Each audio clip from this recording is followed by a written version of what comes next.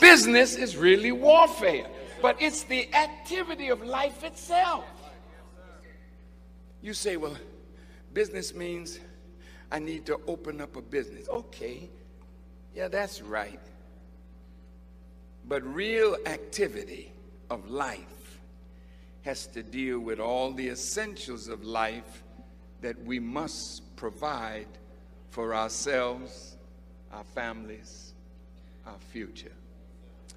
I have something in my pocket that, gee, where is it? Oh, yeah. I have a gold coin.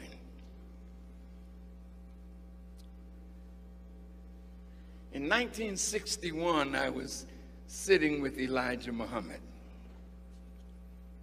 and he took out of his pocket a gold coin. This is 1 ounce of gold, pure gold, okay? Mr. Muhammad put it on the table. He said, one day soon, this gold coin will be the new medium of exchange. White people are moving into the inner city. Some of them knocking on doors. They come with money and they ask you for your gold. Because what they're giving you, I think I got some of that in my pocket. Yeah, I think I do.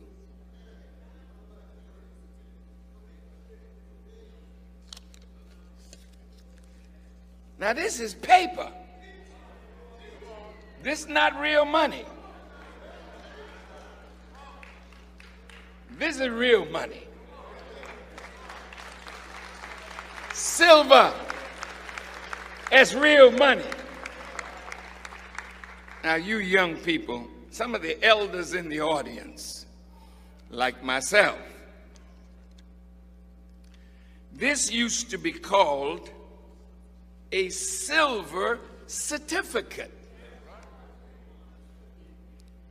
How many old people in here know when this was a silver certificate? And you know what it said on the bottom? Pay to the bearer on demand $50 in silver, the real money. This is what you call monopoly money. Oh, you didn't hear me. We're going to do some business tonight. Because business is really warfare. What's about to happen? This week it came out in the news that in 2016, all the major banks are in trouble. It started with J.P. Morgan Chase, Bank of America, Wells Fargo. What makes a bank in trouble? When the value of the paper that they have begins to lose its value, then the bank is in serious trouble. And so are we who have our money in the bank. Now, white people that are in your neighborhood, they're in the pawn shop now, and they're telling you in the window, bring the gold, we got cash for you. They know you don't know that this is losing its value every day. But gold will increase in value. Now this one here, I bought it today, or sent a brother to get it today, because I wanted to use it to explain something. 1 ounce of gold, this little piece right here, is 12 We have to press the government for reparations. Listen, as long as you ask for a job, and they don't have them these days, but they can promise it. You're going along to get along. Do you know why Elijah Muhammad put on the back page of Muhammad Speaks? We want freedom, full and complete freedom. We want justice. We want equal justice under the law. We want justice applied equally to all, regardless of creed or class or color. We want equality. We want equality of opportunity, and we want equal membership in society with the best in civilized society. But then in point number 4, he says we believe that those of us whose parents, have been here for 400 years, and we believe that you offered us integration as a hypocritical trick to make us believe that our 400-year-old enemy has now become our friend. We believe that this is the time in history for separation. And he said, since we can't get along with you in peace, then we think what we've contributed to America, we should have some of this earth that we can call our own. So we need 8 or 10 states with an outlet to the sea. And we want you to supply our needs in this separate territory for the next 20 or 25 years until we can go for ourselves. Now, I had a talk at Harvard with that man, the senator that died, Moynihan. He had talked about birth control among blacks, and I went to Harvard and we had a little debate, and I told Mr. Moynihan that, we wanted to be separated from you. We don't see you giving us no justice. So we want some of this earth that we can call our own. And I was telling him that we were willing to go into underbrush and cut the underbrush down and fell the trees and build a nation of our own. And I was telling the Honorable Elijah Muhammad what I told Moynihan. He said, stop, you was doing all right till you got to that part. You don't tell a white man that you're willing to go back and cut no underbrush. We already did that once. If we have to do it again, that's not progress. Hell no. Get out of the cities and the towns that we helped you build. Go and find some other state to move in. You move out, we move in. And wait a minute. You say, oh, come on, Farrakhan, that's a pipe dream. Well, damn, you better put it in your pipe then. You better start smoking what this is. Because that mess that you talking ain't making no damn sense. That's right. That's right. You gonna wait around here another 100 years so they can bamboozle you some more? That's right. Right. He said, well, 8 or 10 states, let them go out, we go in, and let them take care of us in that separate territory for the next 20 to 25 years. You say, oh, come on, Farrakhan, they won't do that. Listen, they've been taking care of Israel for 55 years. They've given Israel over 100 billion of your tax dollars, and Israel haven't done nothing for them. You mean to tell me we who built the country, we who bled and died to maintain the country, we who gave it art and culture and seasoning, and you know we can't get along with you in peace as long as we want equal justice? Hell no, we can't wait for you to change. Right. We want a nation. We want to be able to prepare a future for our children. We don't need no rich middle class of Negroes who can't do nothing for the masses of our people. We need land and territory that we can call our own. So reparation got to be on the agenda. We need land, Mr. President. You got all this Federal Reserve land. What you reserving it for?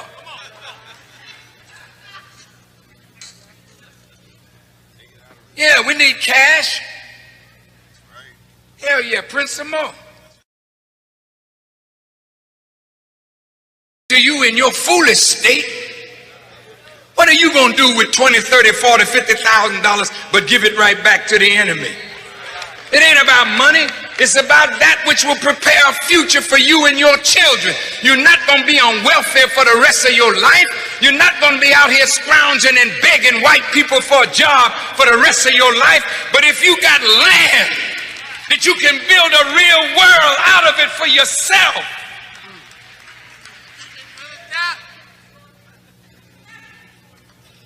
So the Honorable Elijah Muhammad said, well, I put it there. They may never give it to you. He said, but I want you to know what justice looks like. Yeah, that's what it looks like. So they won't offer you a white woman and a few dollars and you think we made it. Some of you Negroes will sell our people out. That's right, sir. That's right. For just a little position with white people. You won't sell us out. You'll be buying your funeral. The future of our people is not to be compromised. It would be better that you were dropped in the bottom of the sea with a millstone around your neck to betray the legitimate aspirations of our people. We got to come out from among them. We got to leave Pharaoh. Leave him. The hell with it. Leave it. Force him to tell you, nigga, I ain't giving you nothing. If you put it on the table strong enough, he'll come out of his bag. See, today he's smiling. Hi, brother, how are you? See? But if you say, no, wait, no, smile, no pat on the back yet. Let's talk about reparation here. Okay? Then you see him change. Face get red. He opened his mouth and these teeth turn into fangs. Horns come up. Say, now look, we'll give you a monument for the slaves. We'll even help you Negroes have a museum on the mall in Washington. But we'll be damned if we're going to give you anything. Say, well, fine. You're not going to give us nothing, and we're not going to give you nothing. We ain't joining your army. We're coming out of it. We ain't paying no taxes to support a system that's against us. Hell no. See, now you're throwing down the gauntlet. Now either God is real or we don't need him. God damn it, if God can't come to our defense, who the hell need a God that won't fight for us?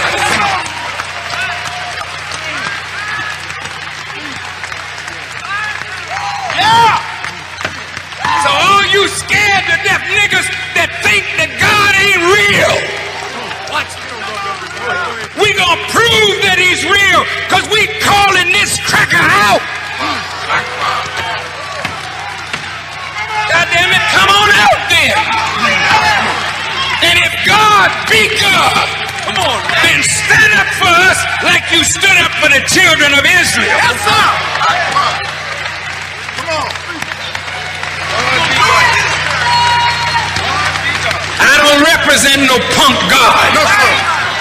No, sir. I represent a God that make rain, hail, snow, and earthquakes. I represent a God that has power over the forces of nature. I represent a God that can turn men's minds to thinking and doing as he pleases.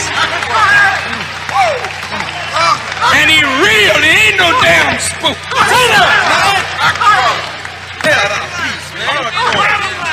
So all of you that fear the white man as a God beside Allah, get the hell over here.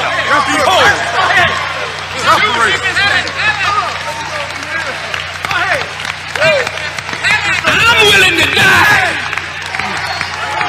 for the righteousness and the freedom of black people. And I'm not no damn fool. Keep on your feet. This is a day of separation. Yes, go ahead. Y'all not gonna be together. That's right.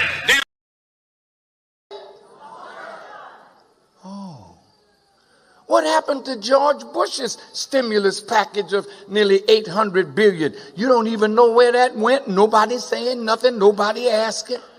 But all of a sudden, our brother is the guilty party for putting America in debt. See, if you don't study, you cannot defend him. If you don't study, you can't help him. America went into debt starting in 1913. She was only $1 billion in debt in 1913, and in less than 100 years, she's $56 trillion in debt. How did that happen? Did Brother Barack do that? In 1913, some bankers, Jewish and Gentile, met on Jekyll Island off the coast of Georgia.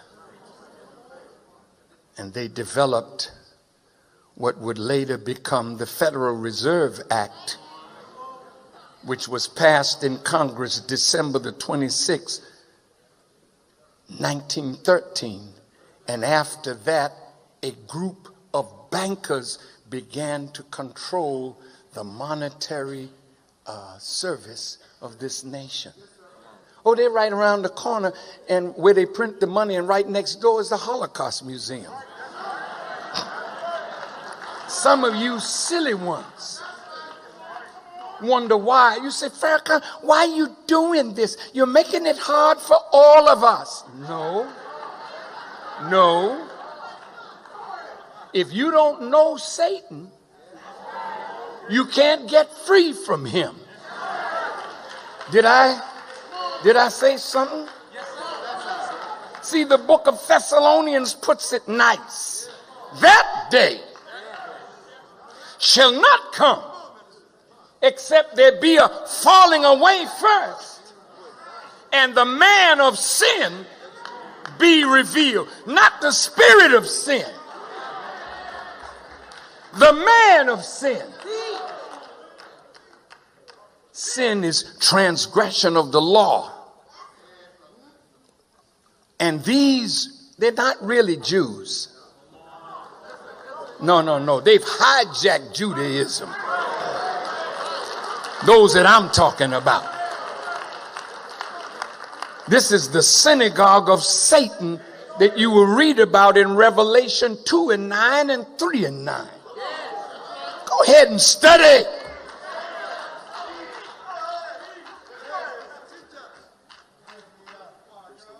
They print your money. Used to be a time when we could go to the bank and pull out a $50 bill. I happen to have one.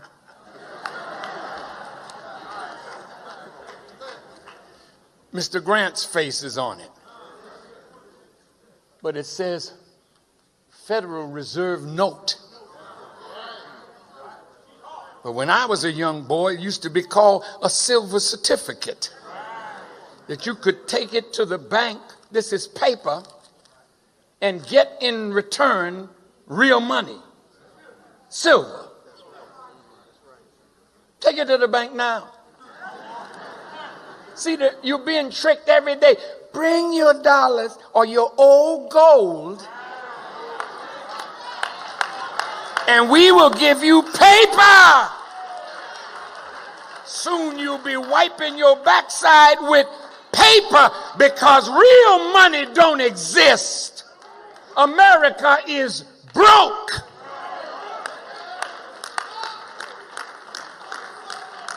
She's broke. And today, in 2013, we are in December of this year, 100 years since the creation of the Federal Reserve Bank and the Internal Revenue Service and the ADL, the Anti-Defamation League. And since then, America's debt has gone from $2 billion to more than $16.4 trillion. Now, they set these institutions up to work in unity. The Federal Reserve, the IRS, and the ADL. One was to create debt. The other was to enforce a tax policy to take from the American citizens enough to pay that debt. And the watchdog of the whole thing was to see who would recognize who did this. And that's when the Anti-Defamation League would raise the cry of anti-Semitism. Now, America is seeing herself in ruin because of it. Though they're telling you the inflation rate is a low 1.7%, Federal Reserve Chairman Ben Bernanke is now running the printing presses 24 hours a day, 7 days a week to prop up a falling economy with money that is backed by nothing.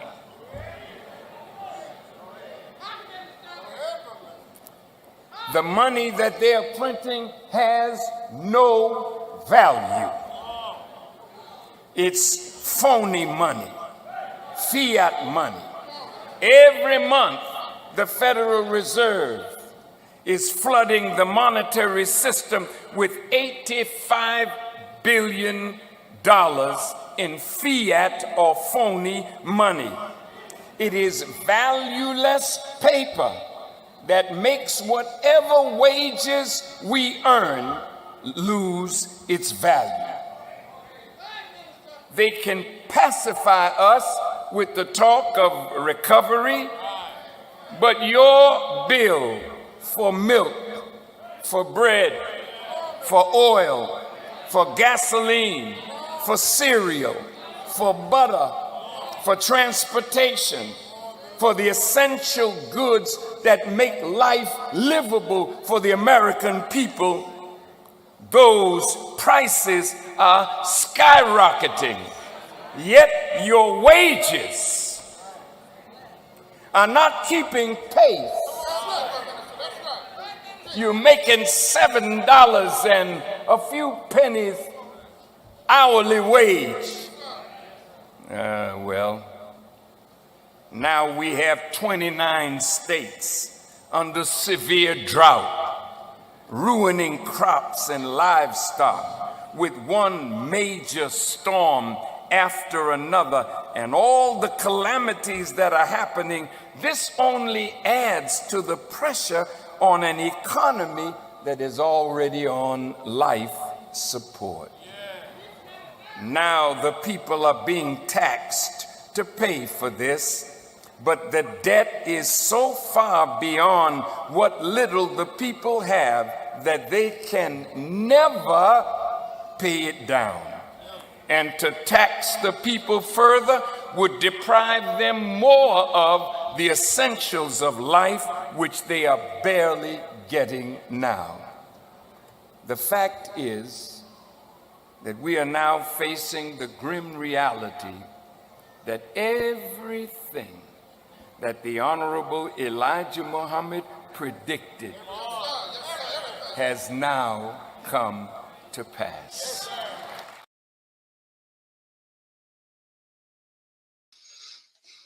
All right, greetings everyone.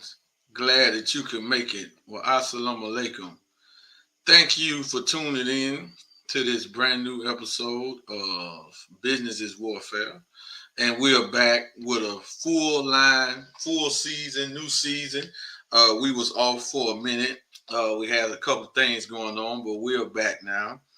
And we thank you for being with us, because this is the second longest broadcast that we had behind our Future Money Show that we are coming back with Saturday. We had to take some time off because of some things that we had to deal with. I moved, whole lot of stuff going on, right? So, but we're back now. And we're new and improved. And we want to start this season and this year off right. And we want to bring to you and we want to talk about the number one scam on the planet. And that number one scam, it ain't crypto. It ain't all these bots. It ain't these trading platforms. It's not that. The number one scam on the planet is the Federal Reserve, as the Honorable Minister Louis Farrakhan was just breaking down. But we're going to go deep into that, and we're going to go to what fractional reserve banking really is and how it's a scam and how the Federal Reserve creates money from nothing. Money is supposed to be created from wealth creation, from the movement, from things being brought out of the earth, real wealth, tangible things, from money flowing, not from just pressing a button, not from a stimulus check, not from a bond, because a bond is short for bondage. So we're at Far Money Network. Please subscribe to our YouTube channel, by the way. We are students in the classroom of the Honorable Minister Louis Farrakhan, and we want to help the minister because when I came home in 2016 from a 10-year federal prison bid, which I did 9, I was studying and hearing the minister, and I was amazed at how he was so eloquent and how he could articulate and how he could make the hard truths so plain that I was a fool in the classroom, but I can't even make a mistake with it because it was just that clear, just that plain. And I seen him one time hold up this book right here. Hold up this book, The Secret Relationship Between Blacks and Jews, Volume 2. How Jews Gain Control of the Black American Economy. Now, if you're a Caucasian, if you're a Jew, when we're saying Jews in this sense, we're talking about the ones that rule and control. We're not talking about Orthodox Jews. We're not talking about Jews that follow the Torah. We're not talking about Messianic Jews. We are talking about the Zionist Ashkenazi Jew. That's a Pacific group. Okay? Now I want everybody to understand this because a lot of us who claim to be woke, and when we get to talking like this, we get afraid. We get afraid to hear it. We don't want to hear it. Why? Well, it could be that the deliverer or the message bearer is bringing it to you in a harsh way. Maybe. But I don't know about truth being able to be harsh. Truth is truth. What's plain is plain. Stop looking at the messenger and listen to the message. I'm going to say that one more time. Don't look at the messenger because you might don't like me for whatever reason. You might don't like me because I don't work a job. You might don't like me because I'm in crypto. I got a crypto business. You might don't like me because I'm a follower of Honorable Minister Louis Farrakhan. You might don't like me because I'm light-skinned. You might don't like me because I wear a suit and tie. I don't know. You might don't like me because I got waves in my head. I don't know why you don't like me. But that should not stop you from hearing what is being said and understanding that I'm bringing this for you and for our family. Because I feel like I was put on the planet to help destroy the synagogue of Satan. If I wasn't born for that, I definitely have grown into that role because that's why I'm here to help the Honorable Minister Louis Farrakhan. Now, we got another clip where he talked about that the synagogue of Satan is the federal. He said it is the Federal Reserve. That's what he said. And he said that more than one time. So you can say it and argue with it. You're not arguing with me. You're arguing with him. But you're really not arguing with him. You're arguing with the Most Honorable Muhammad. Then you're really not arguing with the Most Honorable Muhammad. You're arguing with Allah, God in person. And I know that might make some of y'all feel a certain type of way. Well, it's mighty funny that Muslims, Jews, Christians, everybody always say what God ain't, but you can't tell us what he is. You were quick to say God ain't a man, but you can't tell us what God is. The Bible, if you're a Christian, you have no out, because the Bible plainly states in the Old Testament, in the New Testament, that God was a man. That's in your book. Can't argue that. It's even in the Holy Quran, because the attributes, if we really understood the attributes, these are attributes of a human being.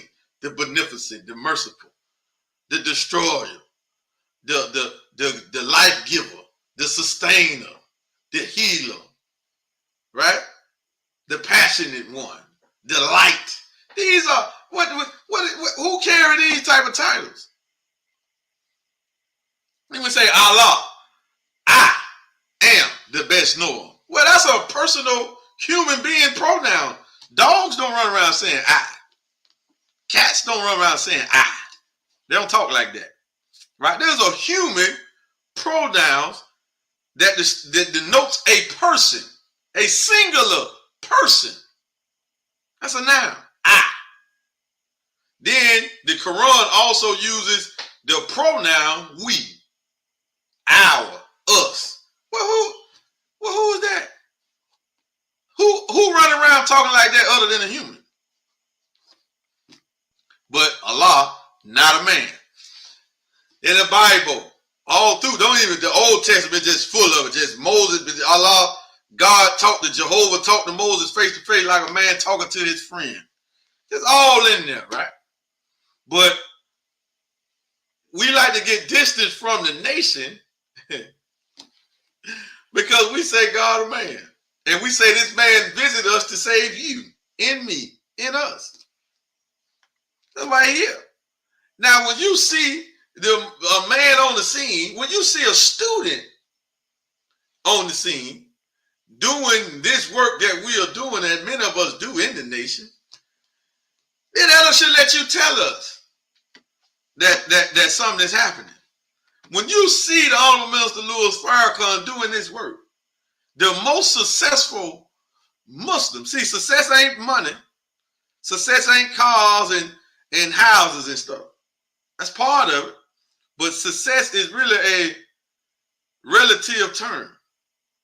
We can say a couple things to say. This is right? In this world that was designed by Satan himself, he makes us think that money, cars, clothes, houses is success.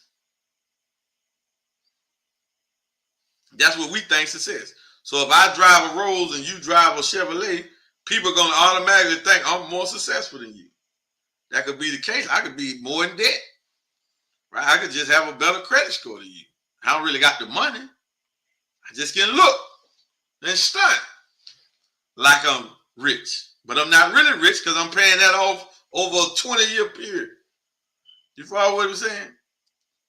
But listen. In these books, Bible, Quran, God talks to us through these books, through the mouth of his prophets. So it's really third party, except the Quran. But he specifically says over and over again that God is a man. Now, why am I dealing with this? Because if we're going to talk about the biggest scam on the planet, fractional reserve banking, if we're going to talk about the synagogue of Satan, remember it's the synagogue of Satan. If we're going to talk about this, then it might be good if we start off and we try to help you see that if God, the righteous God, is a man, then that means Satan is a man. But we thinking about one powerful being, whether he on a cloud somewhere, and we thinking about a little red little person under the ground with a pitchfork, right? And we thinking about them fighting. No. This world and the way this world is structured on a system base. So the synagogue of Satan. A synagogue is a place of Jewish worship, right? But it said the synagogue of. So that meaning if it's of, that of denotes possession of Satan. Satan can be not one person, but a group of people who operate a certain particular system that is wicked at its core. So everything of this world, it is wicked and it is unnatural 100% to the original man. You hear me? It is unnatural to smoke weed. It is unnatural to a man to be with another man, a woman to be with another woman. See, that's unnatural. It's unnatural to eat anything at any given time. That's unnatural. But in Satan's world, it's okay. You feel me? Because this is the systematic world that he has produced. And this is what he is ruling the planet with. So it don't have to be people, individuals no more, because the system is in place. So when the scriptures in Revelation 2 and 9 and 3 and 9 talk about the synagogue of Satan, it's talking about a system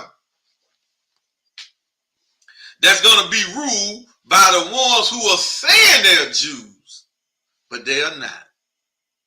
That's why they're so quick to say, you're anti-Semitic. You can't talk like that, you're anti-Semitic. Well, hold on.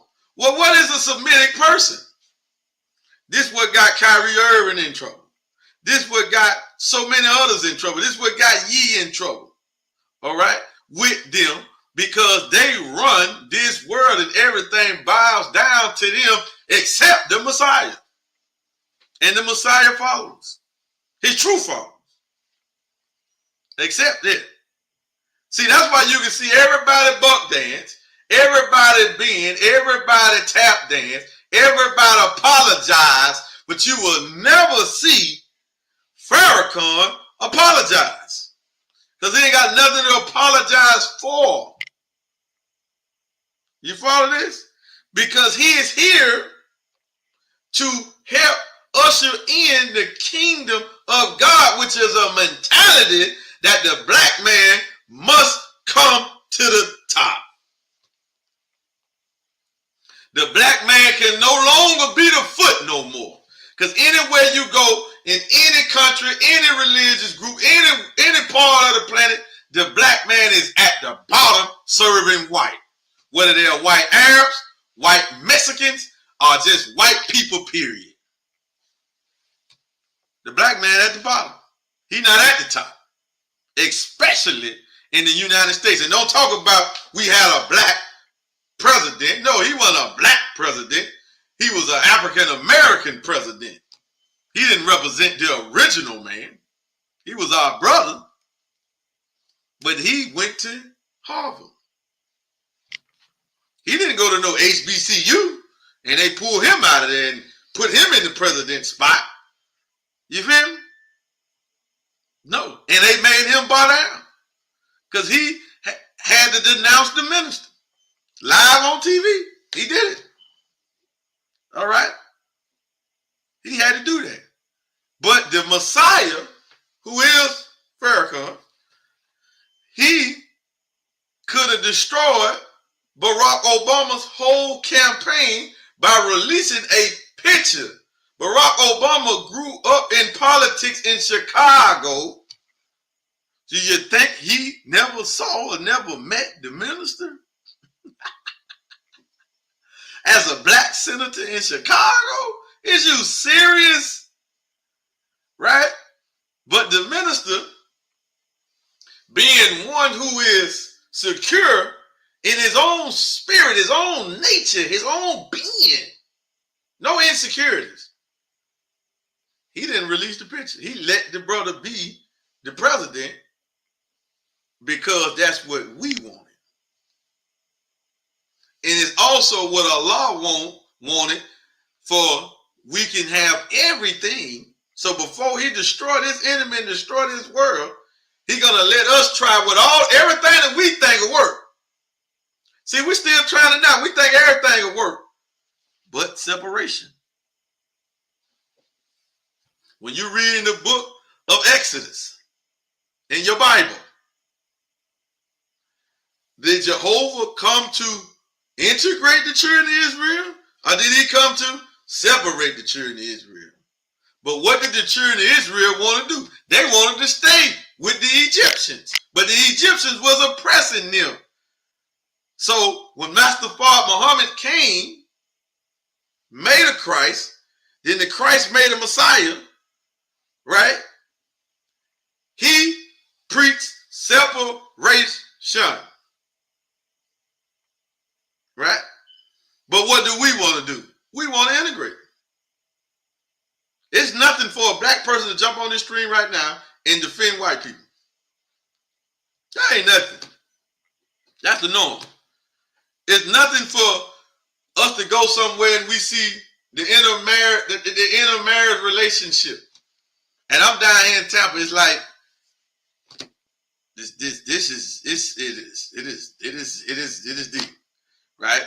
It's like everywhere you go, you see it. You feel me? And I be saying the brothers, man. But listen, I'm gonna get off of that one. But listen, family. So we got to talk to you about this because we're finna show you Satan's monetary system. We're finna show you the synagogues of Satan monetary system and how they have enslaved the planet with a dollar. With a dollar. And how in 2023 we still in love with the dollar. We don't want to leave this system. It ain't even got nothing to do with white or black. It's about us not wanting to leave this system and produce our own system where everybody can benefit. Everybody can benefit, right? And so-called conscious Negro the worst kind. Because we don't think those type of people don't think any solution will work. They find anything wrong, anything that's a solution. They ain't bringing no solution now. They ain't bringing no solution. But anything that is brought that could help us, especially economically, especially spiritually, they find fault with it.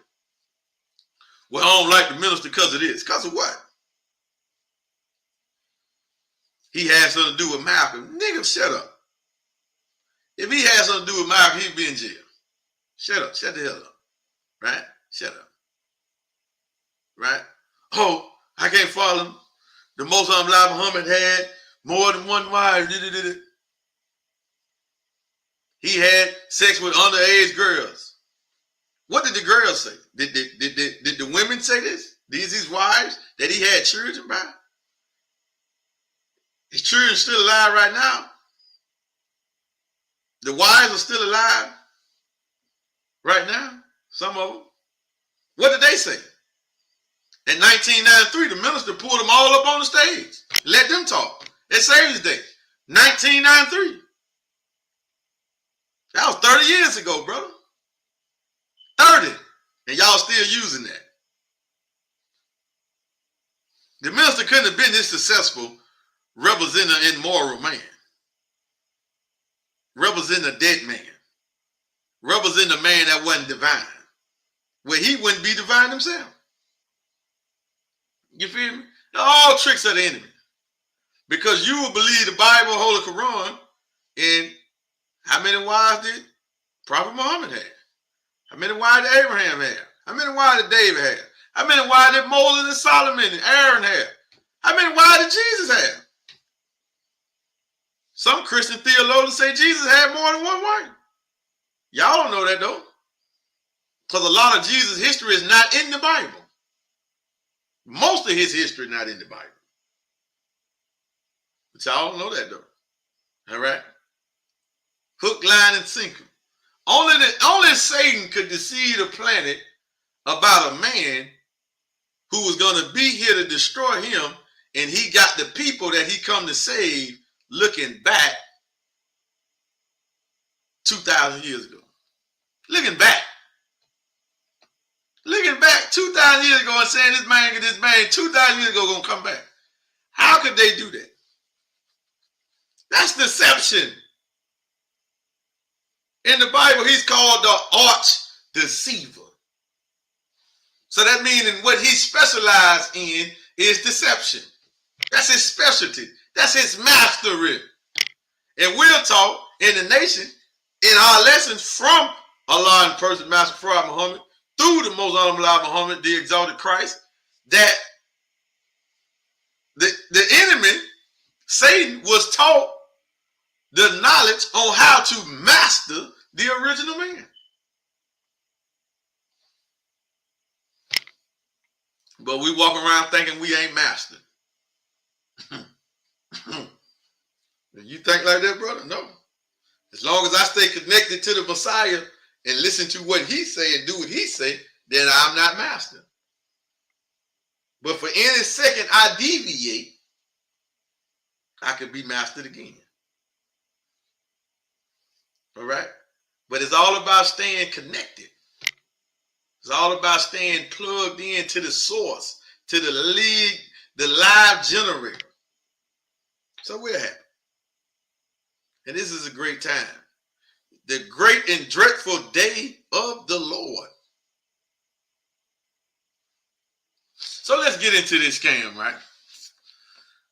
I think y'all got the message.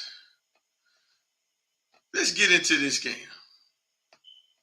See, everybody won't think, some of y'all think it's crypto. Crypto ain't a scam. If crypto is a scam, boy, I'm sure living good off of it then.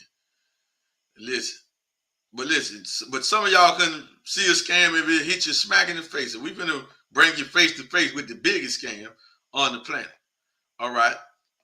Now, I usually show the debt clock first, but I'm going to go to the debt clock after this part. Now, I want everybody to, this is the part where you listen. This is the part where you really pay attention to what's really happening. All right. Because most of us are involved in this scam and getting scammed and don't even really know it. You feel me? Don't even know it. Because why? We don't have the time to really study this.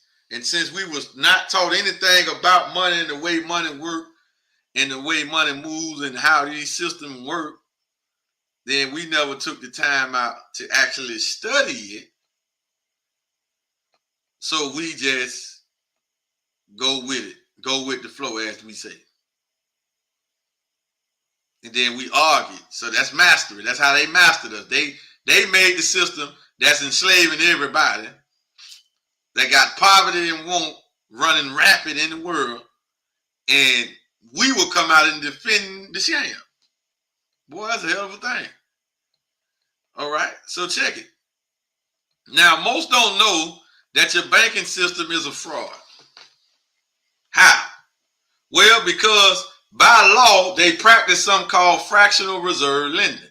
Now, we've been having conversations. I've been in conversations in some of our Telegram groups where we think that these banks had to keep 10% of the money that's deposited in the bank. At least 10%, and they can loan out the other 90%. All right. Well, at the peak of COVID, that law was repealed and pulled out. Or that policy, rather. So what that mean? That means that now they can loan out every deposit that comes into the bank. They can loan it all out. And it also, so if they can loan it all out, it also means that they don't need any funds in there to loan out anything. Oh man, you got this scam run deep. It's been going on for 1913, 100 110 years, going on 110 years, this scam has been running rapid through the world, headed by the Federal Reserve, the IMF, and the World Bank. It's going on 109 years. Thank you, Brother Jahar. So we just said 109 years. All right? It's been going on. And nobody has been able to stop it. And nobody has been able to expose it like the Honorable Minister Louis Farrakhan. That's who is the number one exposer of this. You might think it's Mike Maloney, Peter Schiff, Robert Kiyosaki. But before him, Minister Farrakhan had already busted up, had already broke it down. That's why I heard him before I seen the Hidden Secrets of Money. When I saw the Hidden Secrets of Money, the only thing that could replay in my mind was the minister lecture that he did in 95, titled The Conspiracy of the International Bankers. That's the only thing went on in my head. In other lectures where the minister broke this down. But that lecture specifically, and also Savior's Day 1995, Jesus Saves, the name of that lecture. That was months before the Million Man March. Same year, the historical Million Man March, he delivered Jesus Saves. And in that lecture, February of 1995, he pulled a cover clean off of the synagogue of Satan. But he did it in the banking system, so most missed it. Yeah, he talk about the Rothschild, the DuPont, the Wahlberg, the Rockefeller. Yeah, the big name that you don't want to mention. Yeah, those people. Federal Reserve Banking. This is when banks, central banks, are given the okay to loan out your money to produce more money. That's right. To loan out more money to produce more money. Federal Reserve Banking, what it is and how it works. It was updated December the 16th of 2022. Federal Reserve Banking. What is Federal Reserve Banking? Federal Reserve Banking, listen carefully, man, is a system in which only a fraction of banks' deposits are required to be available for withdrawal. Banks only need to keep a specific amount of cash on hand and can create loans from the money you deposit. Federal Reserves work to expand fractional reserves, Fractional reserves work to expand the economy by freeing capital for lending. Now, this is expanding the economy, but this is producing fake money. It's producing, meaning I can put in $1,000. They can only have to keep 100 in cash, and they can loan the other 900 out. And my account is going to still say 1,000. And this person just got 900 to go and get a car loan or whatever, credit card loan or whatever it is. All right. So that's 1,000 over here, but 900 of it was given to this person. So that is 1,900 because my account still say 1,000. See the scam? And they got the nerve to run this scam and give us 0.01%, and we ain't left the bank, had a run on the bank yet. Y'all know what that means? That means we are cowards. We are still slaves. Because no way. That's why you see over there in China, see, they don't operate like that. They running on the bank. They're like, no, they having runs on the bank. Any problem they get, they go to the government. They take it to the government, take over the government building. We sit over here and just take it and do nothing but picket it. If that, cry about it. Well, that happened to that person. Then we'll see it happening to our people all over the country where they can't withdraw money out. They argue with their banks, and we ain't had a boycott on the bank yet. These folk made Kanye Ye get $140 million back, shut down his cash flow, shut down his business, and we ain't said, hey, nobody black bank with Chase Bank no more throughout the country. You ain't seen that challenge, that campaign come yet. Because we still slaves. The slave don't want to deal with his master. He just talk strong, but when it comes time for the rubber to meet the road, oh, hold up. I like Chase. Hold up. I need to pay my bill. Hold up. I like my credit score lifestyle. Fractional reserves work to expand the economy by freeing capital for lending. Today, most economists' financial systems use fractional reserve banking. Fractional reserve banking, key takeaways. Fractional reserve banking describes a system whereby banks can loan out a certain amount of deposit that they have on their balance sheets. Banks used to be required to, listen. Banks used to be required to keep a certain amount of the cash depositors placed in their accounts in reserve. Did y'all hear that? Type that in. I told y'all they don't have to keep nothing in there now. They can loan it all out. So if they can loan it all out, that means they can produce some numbers in a database with nothing being there. Oh, this scam just got 10 times worse. All right, and it's about to fall.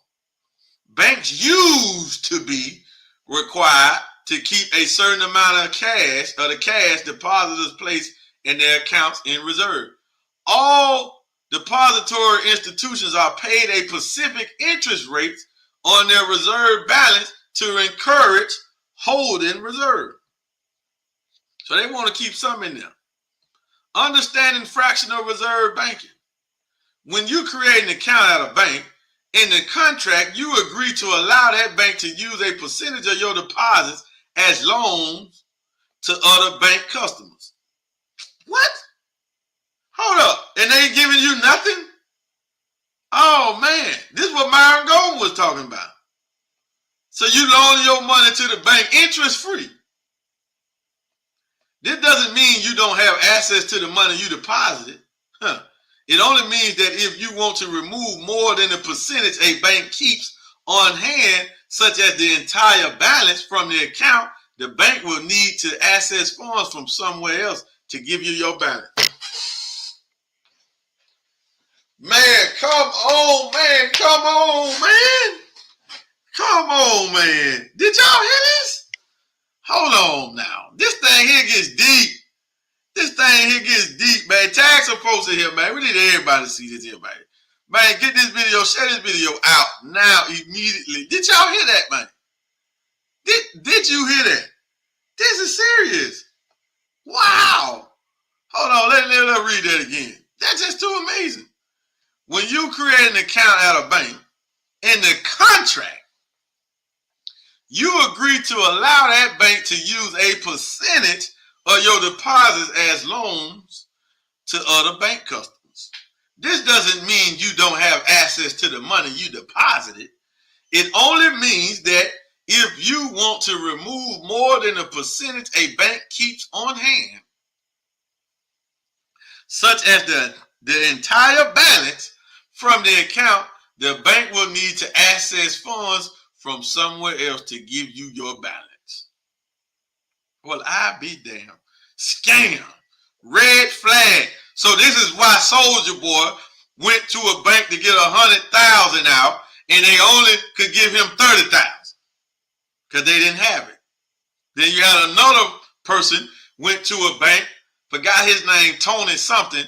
He went to a bank to get 100,000 out, and they tried to get him a cashier check and told him to come back in a couple of days. Woo-woo. When you deposit money in your savings account, your bank can use an amount specified as capital to fund loans and pay you for using your money.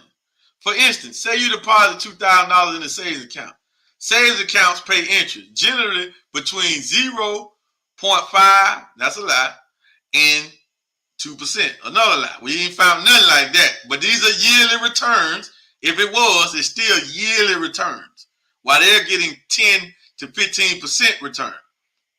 So you receive an interest payment on your money, and the bank can use part of it in a loan. In turn, the bank may want to access 80% of your money. to use as loans to other customers. Fast fact, you receive interest as an incentive for keeping money in the account in an account the bank can use to create loans. The Federal Reserve sets interest rates. They are based on the economic circumstances and how it decides it can best meet its dual mandate of maximum employment and price stability. If a bank needs capital to fund loans, withdrawals, pay debts, or meet other obligations, it can borrow from other banks and pay them back interest. As a last result, the Federal Reserve maintains a service called the discount window, where it lends money to banks at a higher interest rate than they charge between themselves. This encourages banks to seek funds from each other rather than the Fed. Interest is charged between federal institutions based on a range set by the Federal Reserve Board of Governors called the Federal Reserve Target Rate Range. The average interest rate banks charge each other is referred to as the effective federal funds rate. Fractional reserve banking process. The Federal Reserve banking process creates money that is inserted into the economy. When you deposit that $2,000, your bank may lend 10% of it to other customers, along with 10% from 5 other customer accounts. What? This creates a loan of $1,000 for the customer needing a loan. This creates a loan. So it created some false money. It's not, there's an illusion. Your balance still reflects $2,000, and the customers that the bank borrowed from also see their balances remain unchanged. If all 5 customers have account balances of $2,000, it will look something like this. You and 5 other customers have $2,000 in savings. If the bank can use 90% of its deposits for loan, the available capital is $9,000, 90% of $10,000. $9,000, 90% of $10,000. The bank borrows 10% from each of the 5 accounts, totaling $1,000. There is still a balance of $2,000 in each account, $10,000 total between the 5 accounts. The bank essentially created $1,000 and lent it to the borrower. To receive interest payments on your $2,000 in the bank, you receive interest payments on your $2,000 and the bank receives interest at a higher rate from the borrower to pay your interest and profit from the service. Damn. History of Federal Reserve banking. That's all it's scam. Federal Reserve banking supposedly has its roots in the era when gold and silver were traded. Goldsmith would issue preliminary notes which were later used as a means of exchange. The Smiths used the deposited gold to issue loans with interest, and fractional banking was born.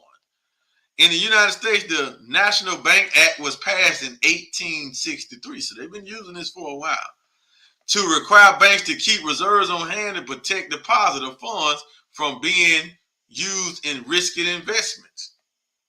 In 1913, the Federal Reserve Act created the system of Federal Reserve banks we now know collectively as the Federal Reserve System. Banks were required to keep reserve balances with the Federal Reserve Bank. Fun fact, reserve requirements for banks under the Federal Reserve Act were set at 13%, 10%, and 7%, depending on the type of bank. In 1917, in the 1950s and 60s, the Fed had set the reserve ratio as high as 17.5% for certain banks, and it remained between 8% to 10% throughout much of the 1970s through the 2010s. During this period, banks with fewer than $16.3 million in assets were not required to hold reserves. Damn, so they can loan out everything. However, banks with fewer than $124.2 million in assets, but more than $16.3 million, had to have a reserve size of 3%. And those banks with more than $124.2 million in assets had a 10% reserve requirement. Listen. Listen, on March the 26th of 2020, this is a significant date right here. This is a significant date right here, right? Why? Across the water, March the 26th of 2020. No, March the 26th of 2018.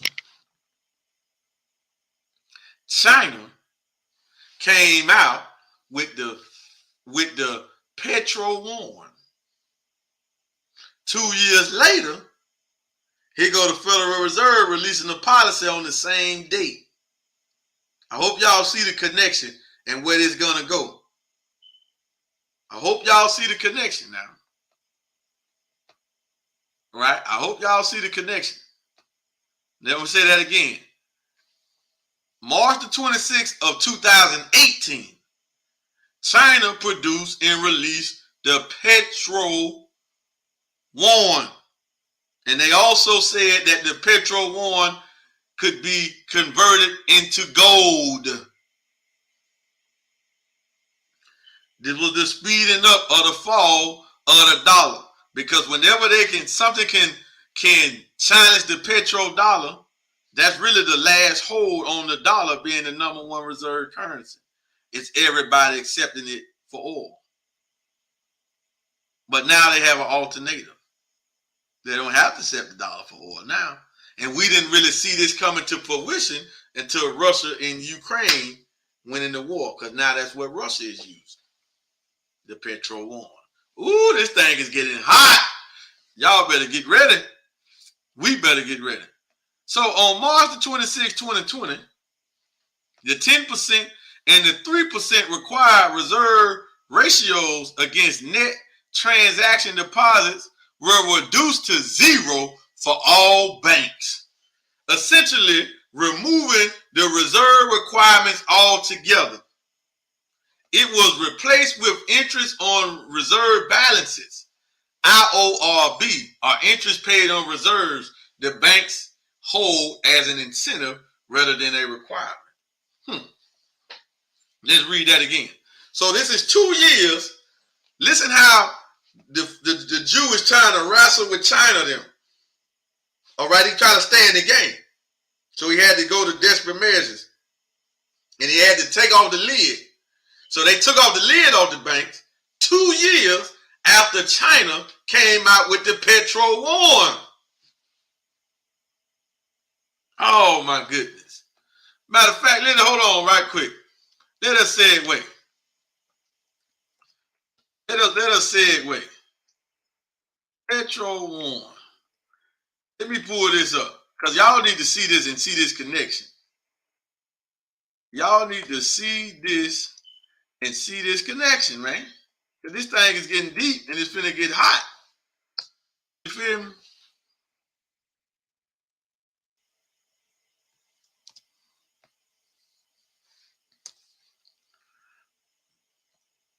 This thing is getting hot. Yeah. Somebody find me that article. Petrol.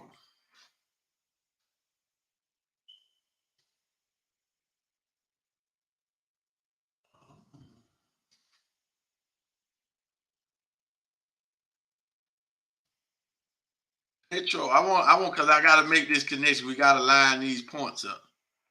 All right. For everybody to understand what's happening. Petrol yuan. Okay, here we go. Now I'm going to come back to that. What the hell? English, that damn it. They brought it to be in Chinese. Chinese. All right. It was 2 years after that. Don't actually have a date on here. By introducing petrol yuans, China has stopped the petrol dollars, monetary and international oil trade. So it don't got, when was it created? Hold on. I'm trying to find out when did they come up with it. Because I want that date, because I know I read an article that said it was 2018 March the 26th. 2018, March the 26th. Let me find it over here. Oh, here it is right here. Why do I find it? Can't make this stuff up. I'm telling you, I remember when I've been reporting on this stuff. We've been doing this stuff for a while now. So I told y'all we the business, man. When we trying to tell, we gonna keep you awoke on what's happening. Just tune in to Forward Money Network. We got you covered. All right, so we're gonna come back to that. Y'all hold that. All right, but I want to prove what I said.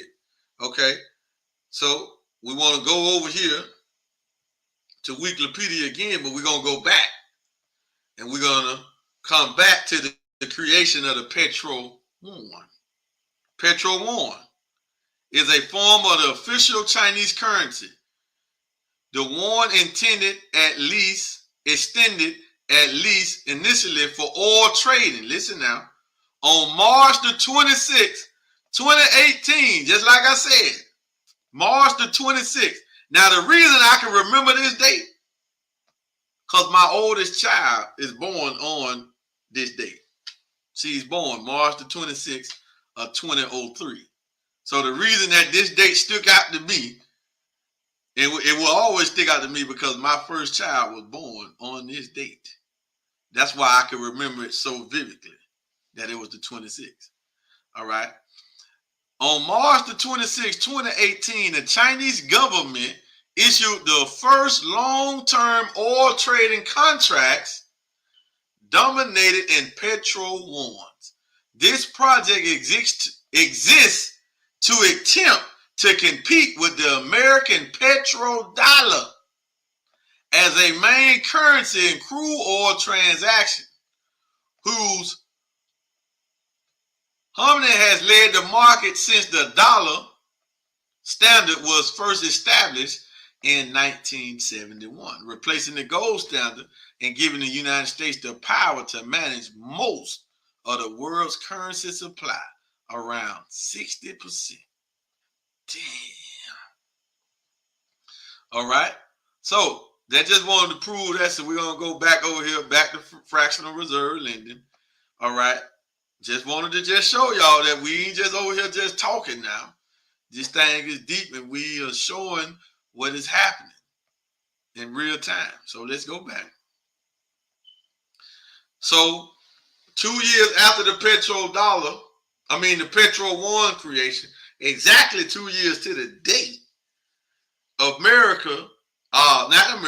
Federal Reserve, the Fed, who really is America. The Fed is America, right? The Fed, the government of America is really the Fed. On March 26, 2020, the 10% and 3% required reserve ratios against net transaction deposits was reduced to 0% for all banks, essentially removing the reserve requirements altogether. Fractional reserve banking versus other types of banking. Most countries today use fractional reserve banking because it is not feasible to use 100% reserve banking. Moreover, a system that requires banks to hold 100% of deposits cannot create more money without devaluing its currency. Whoa.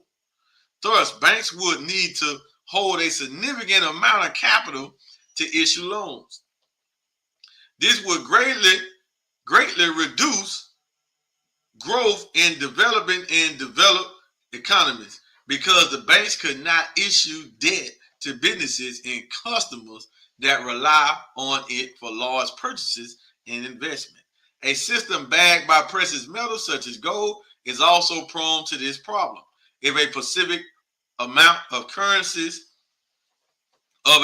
currencies has to be represented by a certain amount of gold, the country is limiting its growth potential because there is a finite amount of gold available. To meet the growing demand for capital, the currency's value would continuously be reduced. Fractional reserve banking allows a country to grow its money supply to meet the demand for growth. That's a scam. That means that they're producing something out of thin air, and it's not really there. It's not based on wealth creation. See, that meaning if they wanted to do that and the currency is backed by gold, that means they will have to mine more gold. They will have to bring up more wealth. Man, so this couldn't really be the have and the have-nots. You couldn't have this globe of 1%. Because see, Robert Kiyosaki can go to the bank and get a $300 million loan.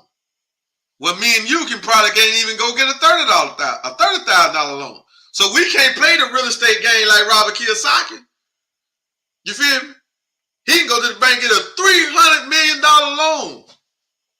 But we're going to struggle to go through loops and hurdles just to get a $30,000 loan. If they give us that.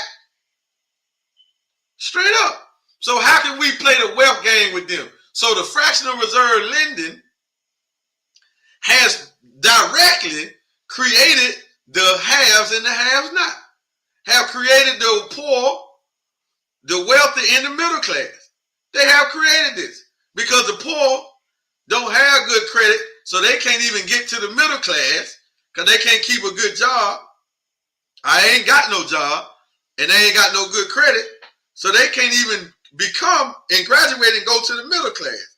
The middle class got good credit, so they can drive rich, stay rich, but they not really rich. And the wealthy is really rich because they can go to any bank and get loans for millions of dollars as long as they're not black. Man, this is deep. So that's why this is called the Federal Reserve is the synagogue of Satan. That's why. Just for those reasons right there, because if you got three classes of people on the planet, well, the poor class looking at the middle class like saying, man, I want some out your plate. This is what causing chaos. This is what causes strife. This is what causing divorce. This is what's causing this. It is a money issue. They have set it up where everything is like a money issue. You feel me? So that's very significant. And all we got to do is just understand how it works. And we can see when the ministers say that the Federal Reserve, the synagogue say, well, why he say that? What has the Federal Reserve created? It has created the haves and the have-not. It has created the poverty. It has created the crime. Because poverty is going to lead to crime. This is what it's going to lead to. It's going to lead to destruction of homes, destruction of families. That's why they're building more prisons than they build schools. Because they ain't about educating people. They trying to lock people up.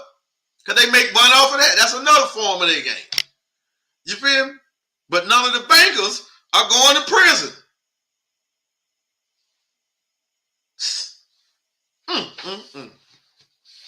You feel me? So you better not open up your mouth talking about crypto, no scam. You better not open up your mouth like the minister said.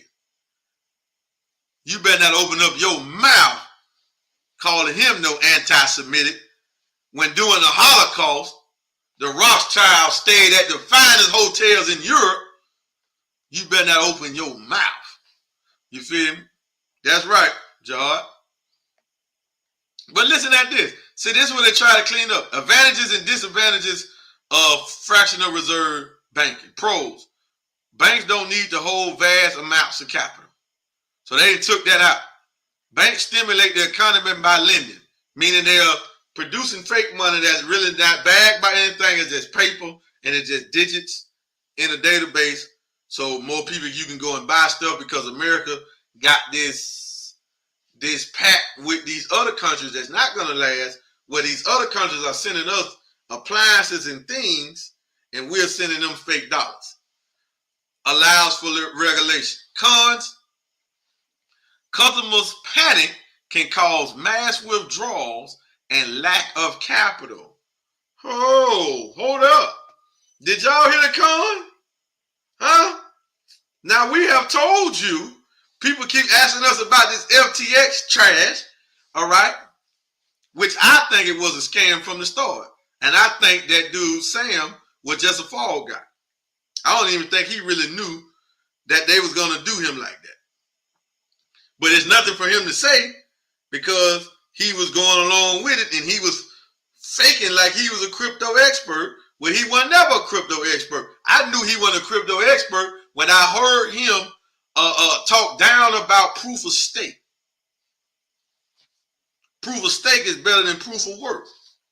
They both good, but proof of stake better. Why? Because proof of work use up a lot of energy due to those computers mining, which is unlocking codes. Proof of stake don't do that. The coins being staked produce these transactions. See that? So there's no mining in that sense to proof of stake. So proof of stake is more in line with the future than proof of work, POS and POW, in my opinion. But when I heard him blast proof of stake, he ain't even got a blockchain. He really didn't probably know how a blockchain really run. Because when he said that, we all should have caught that like that. This dude don't even, that was years ago. This dude, he was on Kitco News, and I heard him like talk down about proof of stake, and what he said to me didn't make a lot of sense. It didn't. It didn't, right? So I don't really think that he knew what was really about to happen. It's just that he was the face of it, so there's nothing he can do. He was living a life, he was pulling the money, they was paying him. So now there's nobody for him to point the finger at. He had all those other investors coming back him, not billionaires, you know, people. Kevin O'Leary ain't no billionaire. You feel what I'm saying? But listen, cons. Customer panic can cause mass withdrawals and lack of capital. Too much lending can cause the economy to overheat. Pro explain. Banks don't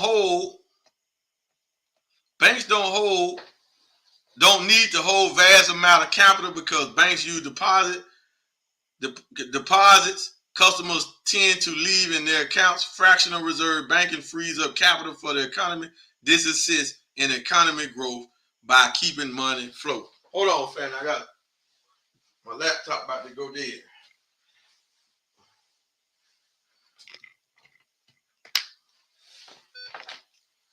You hook that back up. Okay, I'm back. So, okay, fractional reserve banking, frees up capital for the economy. This assists in economic growth by keeping money flowing. Banks stimulate the economy by lending. The economy needs capital to grow. Banks meet this need by using funds held in reserve to issue loans to businesses and customers. For example, mortgages, auto loans, and other loans are all made possible by fractional reserve banking. Wow. Without it, most customers wouldn't have the means to afford homes and other necessities of modern life. Damn. Allows for regulation. Fractional reserve banking enables regulatory agencies to regulate lending practices and influence the economy by guiding interest rate. Without it, banks would be free to charge whatever they want. Cons explain. Customer panic can cause mass withdrawals and lack of capital. When customers, investors, and businesses panic about economic circumstances, they tend to run to their bank to withdraw everything they can to prevent further losses. This is called a bank run. And a fractional reserve system keeps them from withdrawing their capital because banks do not physically have it.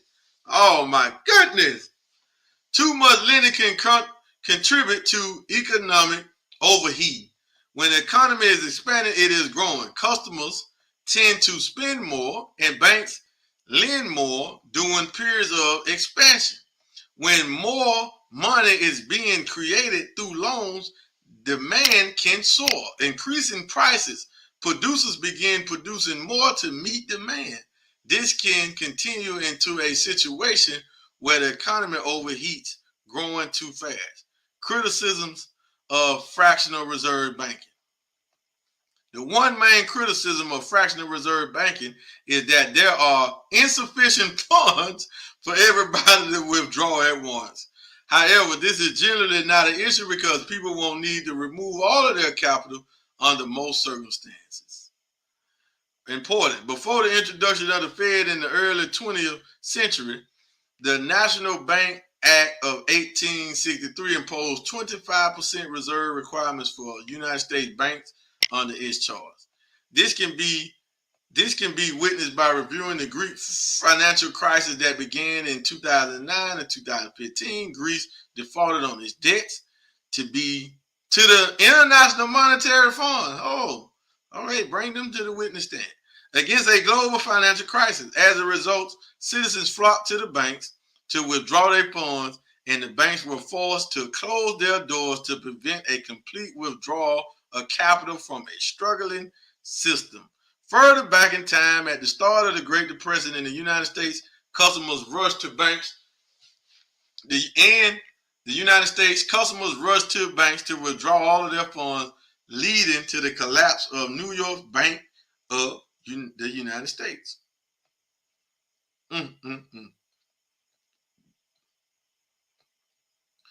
Is fractional reserve legal? It's not really, but it is. It is. All right. Wow. Y'all see that? See, this is what happens when you read and you study this stuff. See, you find out stuff that you didn't know, and then you can tie the dots. See, because when you're a free thinking man, when you're a free thinking person, you can tie the dots. You feel what I'm saying? You feel me? So this is what we are trying to get over to the people.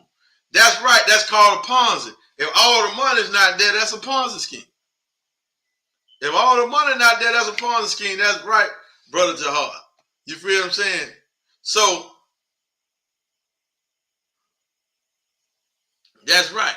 But listen, this is what we are talking about. This is what is going on, and this is why you need to be involved in crypto. This is why. So we've been reporting on the truth. We've been letting you know what's going on. Fractional reserve banking is a scam. It is a fraud. It is a Ponzi. It is a pyramid scheme. It is outright injustice, immoral. It is outright just robbing people daily, because the money you put in the bank is not there, and they're not giving you any high rate of return for you to even be comfortable with that situation. All right. So, family, with that being said, family, we want y'all to tune in the morning. Come to Crypto Mornings.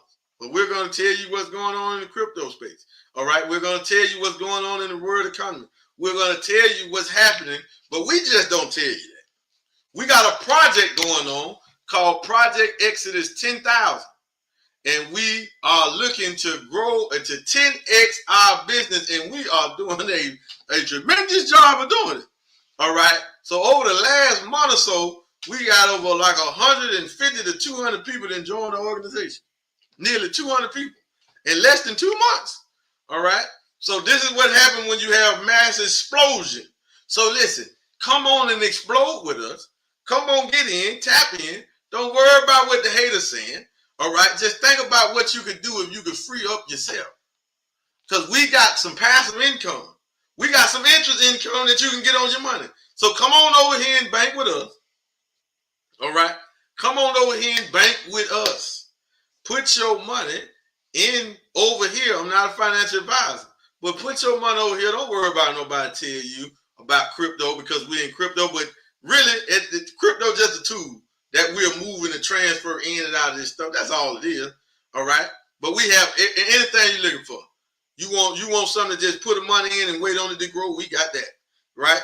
You want to put your money in some property and get paid a yield off of that. We got that. All right. You want some NFTs? We got that. You want to get fee-based income? We got that. You want to get distribution income. You want to build a business online and just do it. And I'm amazed how many people just walk by us and go and do other things. You don't really want no money, man. What is wrong with us, man? Listen, we providing the best money-making opportunity on the planet right now. Listen, this is not a cap. This is not a boast. We are providing the best money-making opportunity right now by far. Why? Because everybody makes money. Everybody makes money. And we're not dealing with no fractional reserve, nothing. No money is being created because money is coming in. That's not happening. Money is being created because this money is moving. This money is going and working, going to work, producing percentages, bringing back a profit, bringing back a yield. That's what's happening over here with us in Forward Money Network, New Millennium Bankers, because we are banking the gold standard bank way. We are banking the gold standard bank way, and we are getting paid every 7 days. Every 7 days, we're getting a minimum. I'm going to say that again. I'm going to say that 2 more times. We are getting paid a minimum. A minimum. Listen, family. Listen. We are getting paid a minimum of 16.6% per week.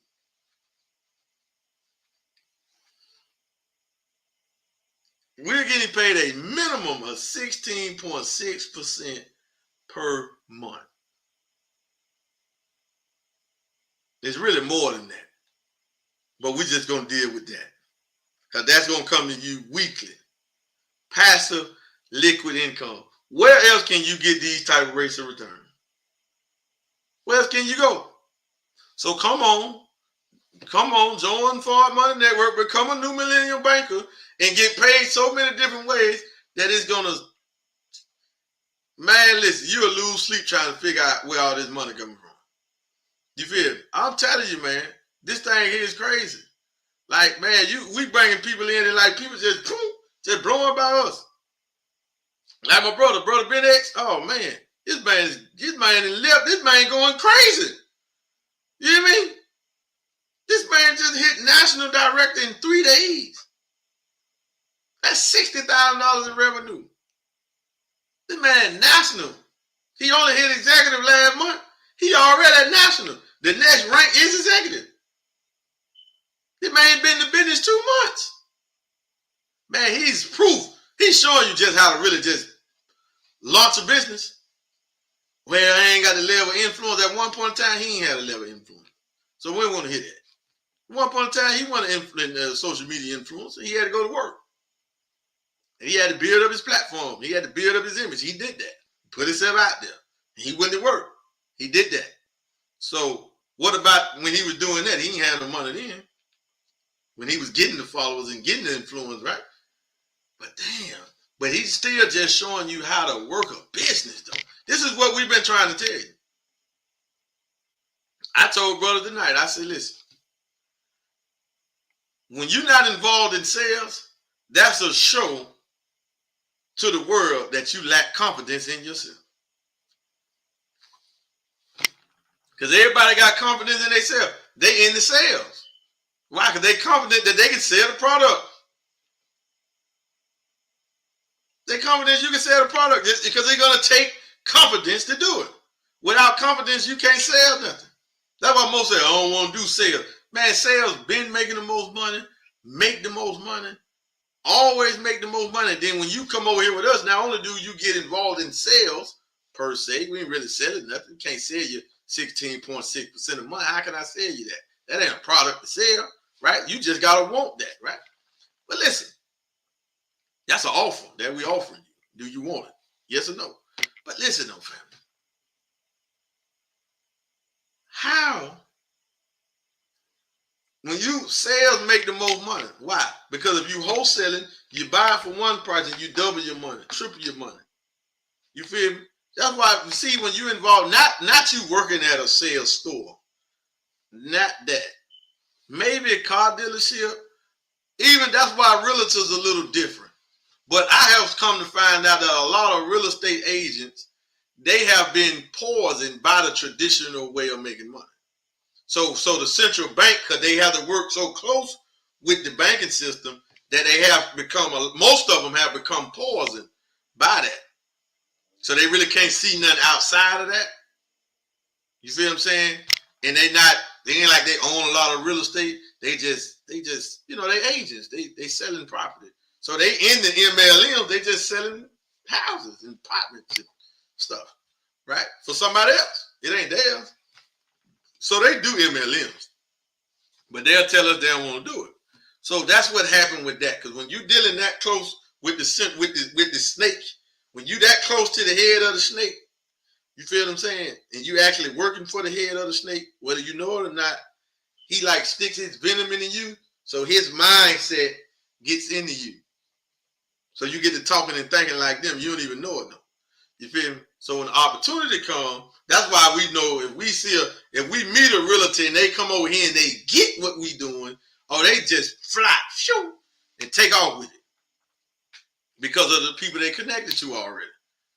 Oh man, this thing, I can teach and train on that all night. But listen, I want to hold y'all. We're gonna be on here 10 in the morning, crypto mornings, brand new live stream. We got some more information for you that's coming out of a crypto platform that's dealing with crypto. And we're gonna show some certificates, show what's going on. Because I loaded another certificate tonight, live on YouTube. Did it tonight at our 7:30 event. Just wanted to show how it works. So get the video, show people how it works. This is how it works. We're getting paid 4.15% per week, 16.6% per month. And if you want to support the Nation of Islam, support me, then get the Final Call subscription. Support is the best newspaper on the planet. Text FCN to 833-549-2079. And if you want to donate straight to the Nation of Islam, go to www.economicblueprint.org. And if you want to be a part of the 10X, because we 10X, whether with you or without you, because we already doing it. I just told you, in the last, it ain't even 2 months yet. In our organization, we almost had about 200 new members. So we're growing. And as more people keep coming like that, it's going to get faster. Faster. Right? Because our goal is to get to 10X within the next 3 months. All right? So come on, get in line. Come on, join. Either you're going to join now or you're going to join later. All right? So join so you can get these rate of returns right now. Why wait? What you waiting on? All right? So with that being said, family, we want to thank y'all for tuning in, and we will get with y'all. Don't be afraid to bank with us. The banks ain't giving you nothing, and they scamming people. They scamming you, and they not giving you nothing. They should be giving you way more than that, but they're not, and they're not going to, because they know you don't have an alternate. But you do have an alternate. Come on over here with us. We the alternate. With that being said, family, thank y'all for tuning in, and we're going to leave with closing remarks from the Honorable Minister Louis Farrakhan that's going to further talk about the synagogue of Satan in that banking system. Here we go. And you refuse.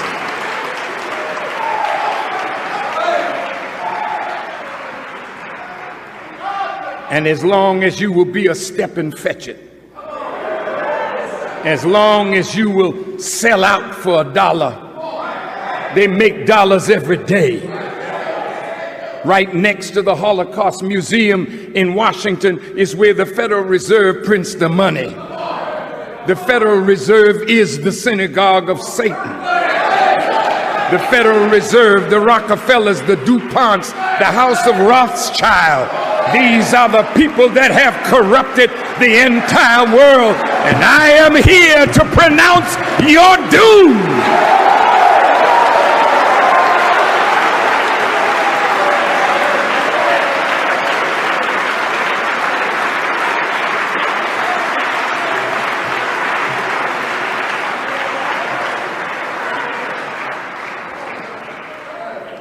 Now America's become a fascist country. You remember when Senator Huey Long is quoted as saying, when fascism comes to America, it will be called anti-fascism. Fascism is designed and defined as an authoritarian political ideology that combines nationalism with a corporatist economic system. Fascists advocate the creation of a single party. You think that the Democrats and the Republicans are different?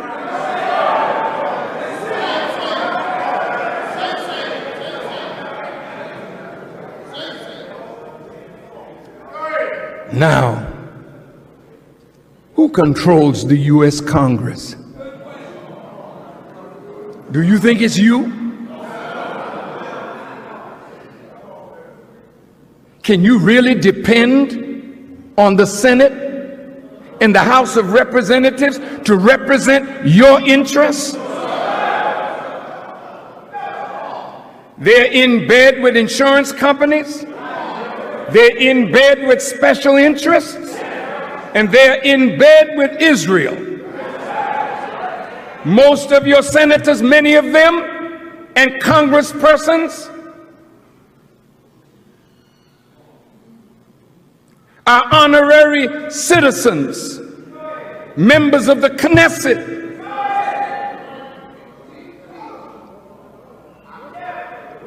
They control America's wealth. President Bush was controlled. There's not a president that is the real power. The real power are those moneyed people